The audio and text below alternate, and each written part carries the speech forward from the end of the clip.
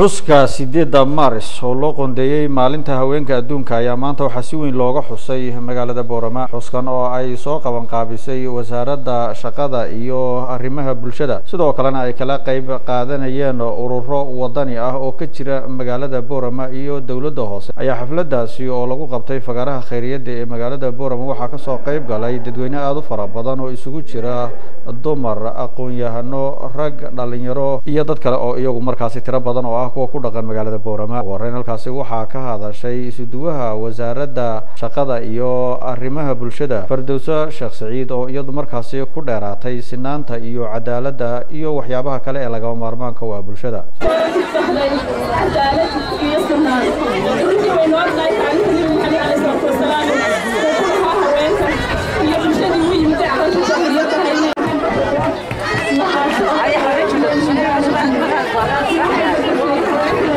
halkaasi waxaa ka hadashay gudoomiyaha ururka NAW ee isaguna wadaniga ah Caasha Cabdilaahi Kalluunle oo iyaduna markaasi arrimo fara badan oo maamulka gobolka ka mid yahay ka hadashay.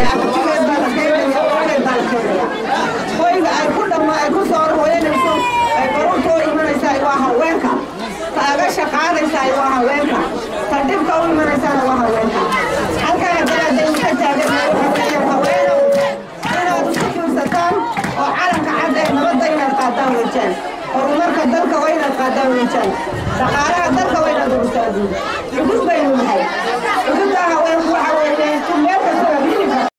waxaa sidoo kale mas'uuliyiintii iyaguna ka hadlay kamid ahaa Mukhtaar oo isagu ku hadlayay magaca ururada dhalinyarada ee iyagu markaasi ka qayb qaadanayay arrintan. kaasi waxaa isaguna ka hadlay gudoomiye ku-xigeenka gobolka Awdal Cabdi Nuur Sugaal, iyadoo sidoo kale uu halkaasi ka hadlay gudoomiyaha degmada Boorama Cabdiraxmaan Shilabil oo ugu dambeyntiina uu markaasi soo gabagabeeyay wasiirka cadaaladda ee Somaliland Ismaaciil Muumin Aar. waxa ay ahayd xafladani markaasi mid iyadu aan loo kala hadhin oo markaasi lagu xasuusanayay waxqabadka hooyada iyo wixii loo tari karo. hooyooyin fara badan ayaa iyagu waxa ay yihiin markaasi kuwa ku hawlan sidii ay qoysaskooda ugu heli lahaayeen wixii ay markaasi ku filaan lahaa ama ay ku noolaan lahaayeen, iyaga oo markaasi waxyaabo yaryar oo aan sidaas u sii ridnayn suuqa ku iibiya. meelo bacadka iyo cadeeda ku dhacaysana markaasi ay ku iibiyaan intooda badani lows, shaah, jaad iyo waxyaabo kale oo yaryar oo la mid ah, taasi oo ay uga dalnayihiin markaasi in ay ku xanaaneeyaan ubadkooda kadib markii ay waayeen cid iyadu daryeesha. waxaanay ahayd markaasi ururada iyo hay-adaha kale ee iyagu xuska u qabanaya maalmahan oo kale